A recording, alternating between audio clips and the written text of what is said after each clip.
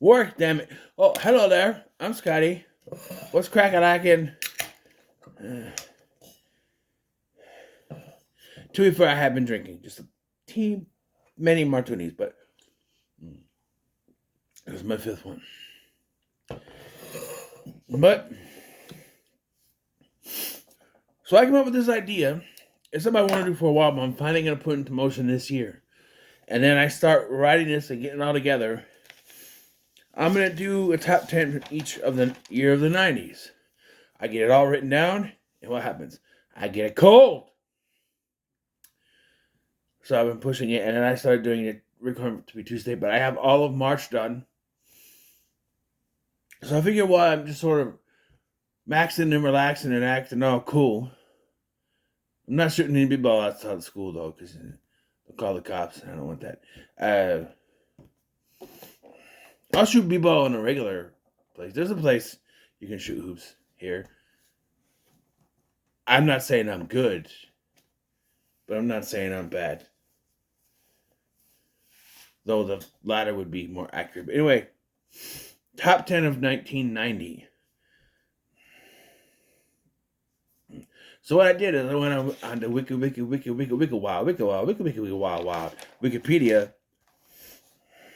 and I wrote down all the movies from each year that I've seen, and then I rank what's the best and some honorable mentions. So for the sake of my sanity and not having to look around and scrounge, I only put the top 10 as physical media. My honorable mentions, I'll just list off because it's easier for me to do. And this is my list. I have to say this. Most people have to say this when they do videos. Is that we'll list our top 10. You went, oh, you forgot this. No, I didn't. It's my list. Just because I didn't put Die Hard 2 as number 1 does not mean it's not even in my honorable mentions. I'm just saying. Or the Night Living Dead remake some people might put in. That's not even my honorable mentions. Hold on a minute. Night of the Living Dead. 1990. That should be an honorable mention right there. So yeah, it's my list. And I have to preface that from what my number 10 is. Because a lot of people will go, what you talking about? I enjoy this movie so much. So number 10 in the best of 1990 is a movie starring John Hurt, where he time travels in time to meet Dr. Victor Frankenstein and Mary Shelley. It is Frankenstein Unbound. I'm sorry. I love this movie. I've only seen it once, but I've watched Movie Dumpster's review of it. I've watched Hack the Movies review with Joe from Movie Dumpster. This movie is a schlock classic. You have John Hurt time traveling with a talking car back to Victorian times, where he somehow not only meets Dr. Frankenstein, but Mary Shelley herself, as if they existed in the same universe, and she wrote everything based on real life experiences. And just some of the dialogue, the monster. You murdered my brother. Murder. Just, and it's Roger Corman. It's the last movie he ever directed. Rest in peace, sir. It's a Roger Corman film. I'm never gonna not try to enjoy a Roger Corman film. Little emphasis on try. I enjoy some of his films. I think the only ones I've seen are this one. Carnosaur, did he direct that? Carnosaur. And A Bucket of Blood, which is a classic in every, every description of the term, every meaning of the term. A classic, because that's 1950s. You got Dick Miller. It's a great film. They remade it. I haven't seen that one. But yeah, this is just, and look at the eye. How do you stitch an eye? Is what I want to know, right? And of course, the great Raul Julia, rest in peace. I don't think he ever gave a bad performance, is what I'm trying to say. So, I also like the monster's design here. Most design of the monster, flat head, like the Universal version. But this one, I think because of copyright, you got like this. It's almost like, like when they did Jason Goes to Hell and Jason X, Jason had the hair hanging out. It's like that, but it's not as messed up in the face. It's still kind of messed up, but still, I really like it. And John Hurt's performance is great. I love John Hurt. So, number 9, they're eating her. Then they're gonna eat me. Oh my god! That's right, it's Troll 2. I actually have 2 examples of that here. I have the VHS tape. Yes, the VHS of Troll 2. I can prove that's what it is. It's right there. VHS of Troll 2. Along with the Blu-ray and the DVD. Yeah. Can we discuss this cover and why it's all wrong? What is that? Is that a troll? Well, the movie's about goblins. I don't know what that is. Who that kid? That's not the little boy from the movie. He's on the back. Joshua. Yeah. And what is he holding there? This cover is all kinds of wrong. It's one of those covers back in the 80s and 90s. They would design VHS covers, especially by the 90s. They knew the VHS cover was the way to catch people in the video store. So if the movie didn't make any money in theaters, we were gonna do this like this for the theaters. They were then gonna. It's funny. This says Columbia TriStar. The Blu-ray says MGM and 20th Century Fox. So I don't know. It's just the home video release. They just put whatever on the cover. This has nothing to do with the movie at all. This cover, nothing. You don't see that. That's not the kid. I don't know what that is. I don't know. This is much more in line because they actually built it off of that. Though, you could have had the picture of Joshua. This picture of Joshua in the middle. You know? But anyway. Yeah. And I love this movie, by the way. Directed by Drago Floyd. No. Claudio Fragasso. Give a weird name, Drago Floyd. What's it saying here? It's cut off. But there's a D, so Drago Floyd. No. And I love this movie just because I really like the first Troll movie. But I like this one even more because of the fact that it's not actually a sequel. Because it's like, where do you go? You think, oh, there's a Troll 2. But you look at Troll and you go, where do you actually go from the end of that movie? Right? Where the hell do you actually continue? You don't. This is a completely different, unrelated film. So you have this. And it's like, if they made a Troll 3 with that Crawlers movie, it's supposed to, I haven't reviewed it yet.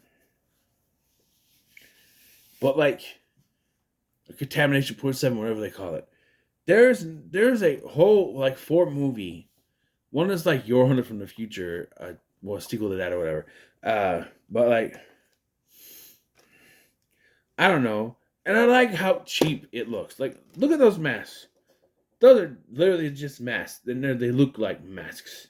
And they're not supposed to be masks, actually. And there's the whole, this is my house. The house of overacting. Just a tad. Little Feathers reference there for you. But like, yeah, just like, I don't know. I love this movie. I can't get enough of it. I love bad movies. Sometimes I have fun with them. I love them. And sometimes I like good movies with bad actors. Case in point, my number 8. Hard to Kill with Steven Seagal. One of his best ones, I think.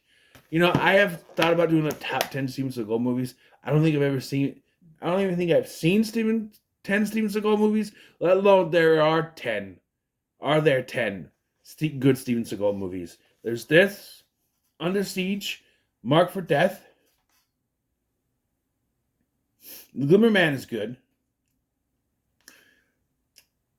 Above the Law. I need to rewatch that. And I think Out for Justice is another one. But that's it. 5. 5? Hard to Kill, Marked for Death, Out for Justice, Above the Law, Glitter Man. That's 5. I can do a top 5, and it's those 5. Yeah. This one piqued my interest. I like this one. I watched this one over again.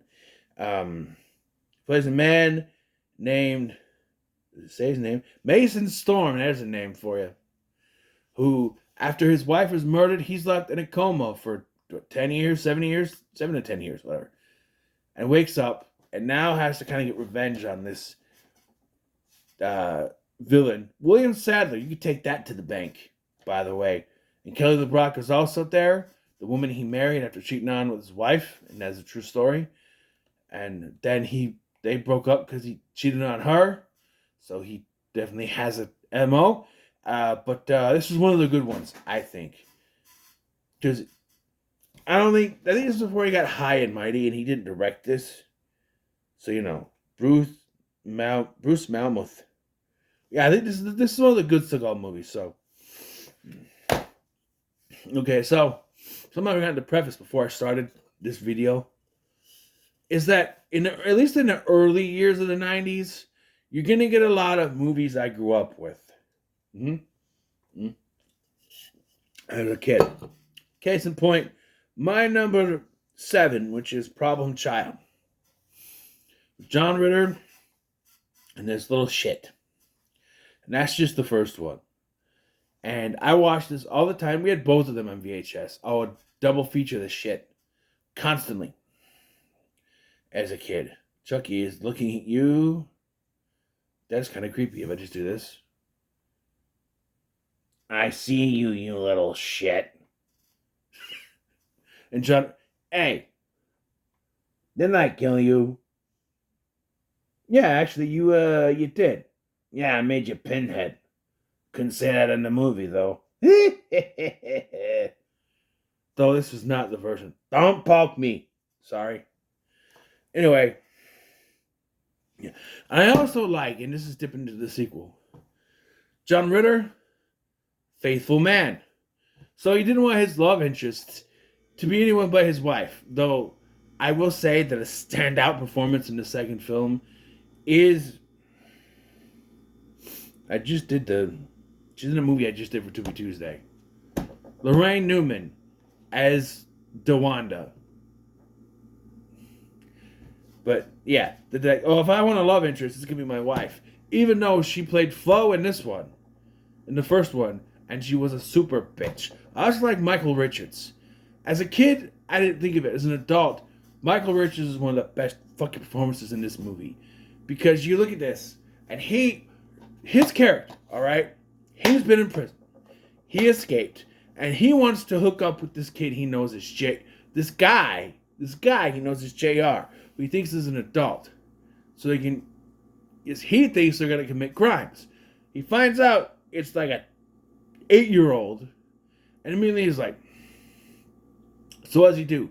He pivots, he kidnaps the kid, he puts the wife in the suitcase, the logic of which I'm still trying to figure out to this day. And for all we know, she's still in that suitcase to this day, because we never see her again. At least not that version.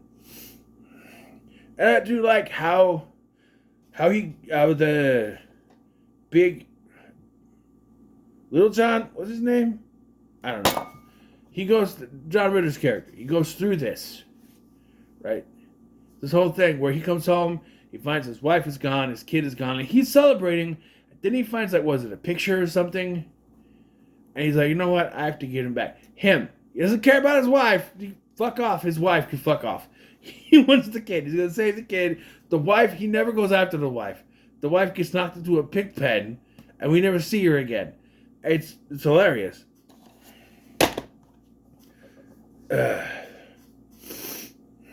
Number 6, the first appearance, but not last appearance. First but not last appearance of Schwarzenegger on this list. Kindergarten Cop, another one I watched a lot growing up. And again, this is another one where if you can see for 2 different versions. As you're a kid, you see from the kid's point of view, but as an adult, you see where Kimball is coming from, right? Where you're watching this, and you are a cop, you're trying to do your job, you're trying to figure out who the kid of this very dangerous criminal is, so he can try to stop the criminal. and you're just stuck in this. You have a partner. She's supposed to do this. She's got food poisoning from the food on the plane. So now you're stuck doing this. You gotta shave your beard, which looks very cool, but now you have to shave it. My name is John Kimball, and I love my car. I'm a cop, you idiot. I just love it. Stop. No more. Enough. Bring it back. Bring it back to the carpet. Bring it back to... No more complaining, no more whining, no more... Mr. Kimball, I have to go to the bathroom. There is no bathroom.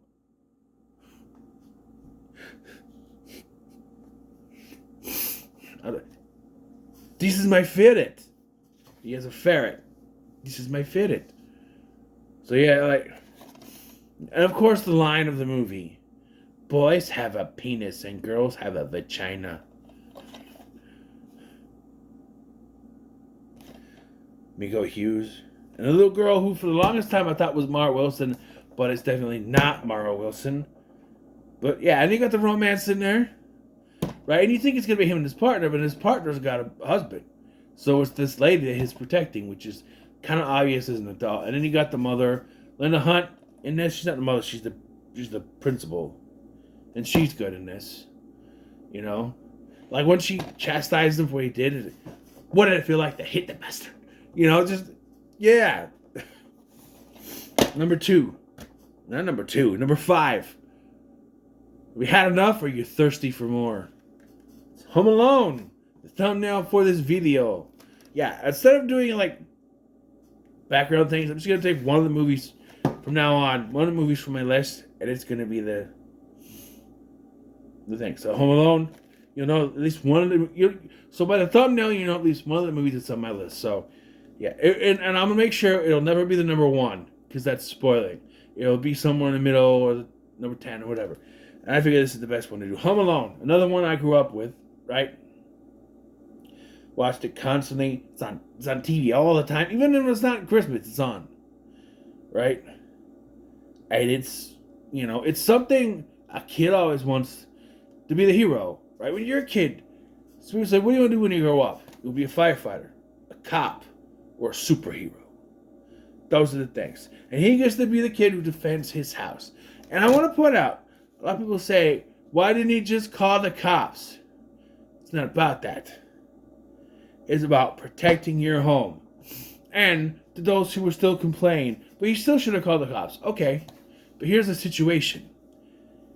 It's not like he's lost somewhere. The second one goes into a different territory. He's home. Home equals safe. So he has no cause to worry about anything. He's home. He's safe. He just now has to wait for his family to come back. That's all it is. That's why he's not worried. That's why he's not freaking out. He does freak out at first. But he's, you know, and I know he has the whole thing, I remember my family disappear. Whatever. I don't think he actually believed that. He's safe. He's in a safe place. He's home. Home equals safe. And then these 2 criminals, the wet bandits, they encroach on that safeness. They stop it from being safe. So what does he do? He's got to fight. Don't go into Beastie Boys. He's got to fight to protect. I almost did. He's got to fight to protect his home. And that's when shit goes off. And that's what I love about this movie. It's like people complain, well, you just should call the cops. Sure. But did he need to? Not really. He knew what he was doing, right? And, you know, he's home alone. Call the cops. Nah, he's home. That's the thing you're missing here. Home. He's home. Home equals safe. Like I said, so he's safe there in his eyes. Tell the bandits show up. And he doesn't call the cops because he figured, I can do this myself. Like George Lopez, I got this! You know what I mean? Maybe drunk Scotty is a fun Scotty. Who knows? I'm only buzzed, not drunk. Immediately downs his drink. I didn't down it, but... Number 4 is Total Recall. And again, much like with Troll 2, I have examples. This is the Blu-ray with the VHS slip, which was ruined by the Walmart sticker. Thank you very much, Walmart. You got that. That's fine. I still like the VHS one. I just wish that sticker wasn't on it. That's the thing. And then we have the DVD with the slip without the sticker. There was a sticker on there. I peeled it on there, off there pretty easily. The regular DVD. Right. We're not done. I got a steel book. This is the steel book just for Total Recall. It's very basic, but it's my pride and joy is the combination Terminator 2 Total Recall steelbook. You see, I'll be back. The guy was a fucking asshole. Consider a divorce, and then you got that. Oh, it's upside down. I don't know why I do that. It's upside down, and then this, right? And then you got the discs inside. Both.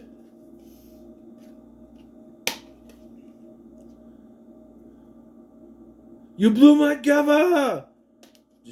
Sci-fi classic in my opinion. Come out in 1990, obviously for the sakes of this list. For the purpose of this list. Yeah. And I also don't mind the remake, by the way. I reviewed that. It's fine. They got rid of Mars, and I feel like the wife character is in it way too long because she was married to the director, so he kissed her ass and just did not kill her off. Sharon Stone, for her performance in this movie, is just perfect for what it was. And I think if they kept her for too long like they did in the remake, I think it would have went overboard. I'm never gonna not say I don't like. You're never gonna hear me say that I don't like Michael Ironside, because he's Michael Ironside, and he's good in this movie. Ronnie Cox is good. Arnold, of course, is good, and I do like some of the things. The robot, the door opened, you got in. I thought you had 4 kids. Well, shit, you got me. I ain't got no kids, man. Whatever he says that, but yeah, it just But honey, we're married. Consider it a divorce. Classic. All right, we're down to number 3 now. And number 3, I just want to point out, I feel like I was denied critical, need to know information. And as I know that's from the second one, but I don't care. It's Tremors. This is no surprise. It's one of my favorite movies ever made. Tremors, No, we had breakfast. I made breakfast. Bologna and beans. No, wait. I made breakfast. Bologna and beans. No, I made breakfast. It was eggs. Nuh-uh. Bologna and beans.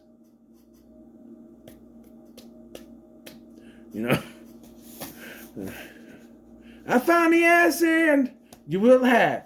Legs that never quit. How do you say that?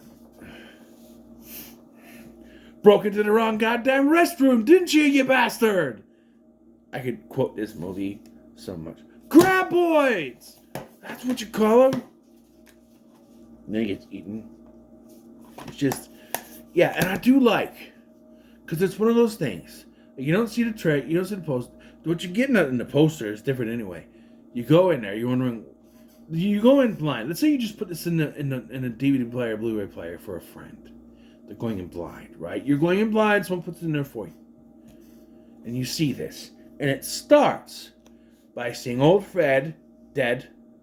The guy, he's up there. Old Fred, he's there. Then the farmer guy, he's dead. His head is there. Then you got 2 construction guys. It's just a slasher film. What the is going on? Or like he says, what the hell is going on? What the hell is going on?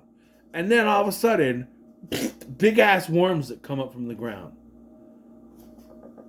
Flips your mind around, right? Oh, Jesus. Right? Out cold. Night dead. Yeah. And like the cast is great. Like I said, Kevin Bacon, Fred Ward, Michael Gross, Ava McIntyre. You got Victor Wong. Not Victor Wong. Victor Wong? Victor Wong. Right? The grandfather from 3 Ninjas.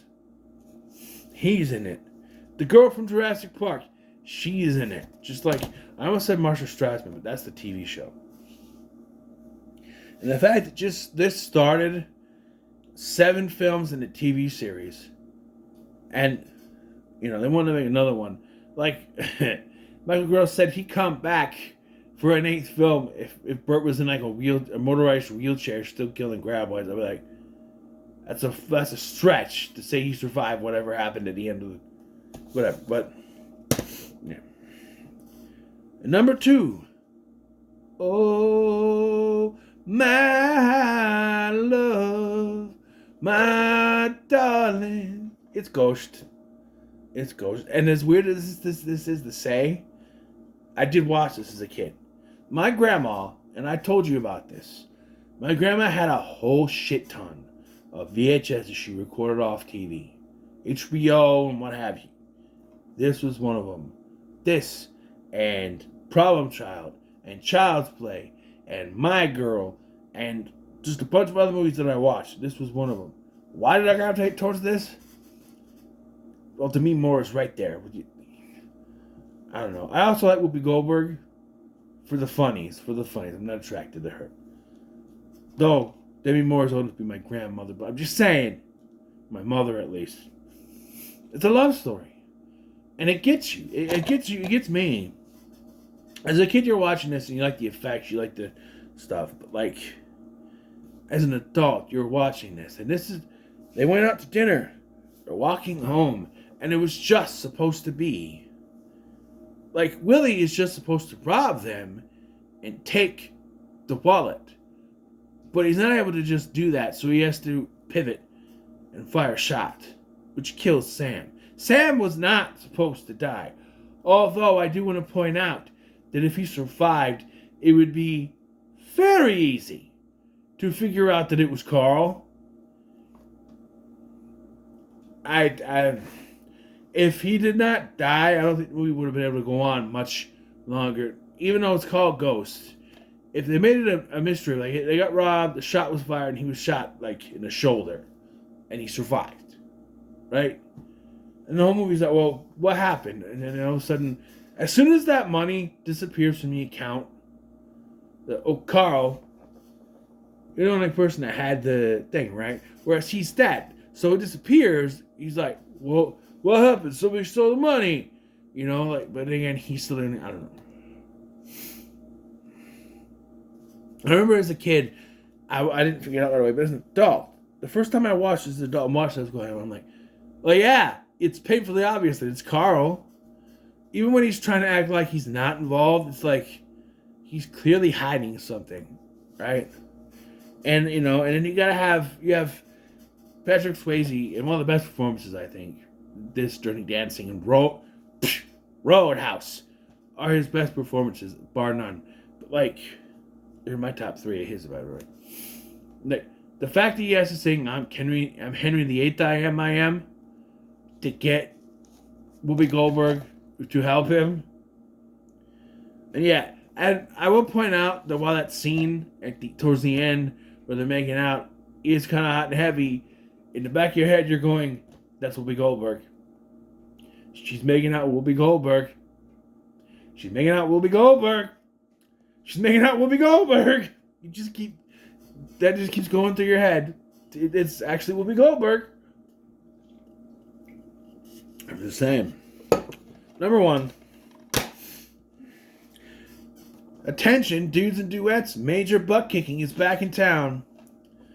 It's Teenage Mutant Ninja Turtles. And if you thought it was going to be any other movie than this, shit. Before I continue, honorable mentions. I've been drinking. Honorable mentions. I'm not re-recording this. Honorable mentions are Rescuers Down Under, Back to the Future 2, Darkman, Child's Play 2, Predator 2. Underrated in my opinion. Joe versus the Volcano, which is another childhood favorite of mine. Tales from the Dark Side of the movie. Really good. Exorcist 3, another underrated pick. And Night of the Living Dead 1990 that I wrote down. You know. But yeah, Teenage Mutant Ninja Turtles. If you thought it was going to be any other movie than this, come on. This was a childhood favorite of mine. I had to. Again, my grandma recorded it on a VHS, so I had this to watch all the time, and just like, I don't know. And I have watched this Blu-ray, just this one. I switched the cover so it was, more appropriate for this list. But I have watched this since getting the collection, and it looks beautiful. It fits the entire screen, which is more than the original Blu-ray did, where it was widescreen. But it fits the entire screen. Screen looks good, unless you're standing up close. It has the grain. But I like movies with the grain. Right? I like it. Have a little bit of grain on it. You know, it's an older movie. So what? I liked it. It fits the entire screen, and it works. And this is perhaps the best Turtles film we will ever get, and it hurts me to say that. But because they perfectly blend the dark stuff with the humorous stuff. They took what everyone liked about the cartoon, what everyone liked about the comics, and just put it together and made this. And it's beautiful. It's that meme of Anthony Starr from The Boys. It's perfect. Absolutely perfect. That thing. Yeah. That's my number one. I will point out that apparently, I don't even know this, but they were going to make a Last Ronin movie based off the comic book. Now, I'm not exactly sure. I thought it was Raphael because I saw the size. Some people say it's Michelangelo. Some people say it's Donatello. I don't know. But apparently Judith Hoag was going to come back to reprise her role. It was going to be a continuation of this. I want it. I don't care, Paramount. We want more kid-friendly stuff. Fuck you. We want... Come on.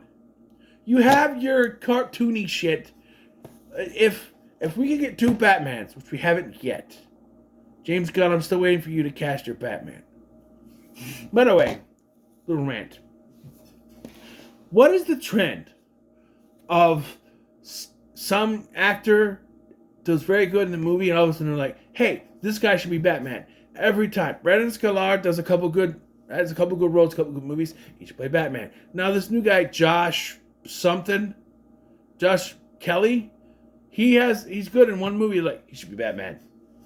What's next? Robert De Niro comes back for Taxi Driver 2. He should be Batman. I could be Batman.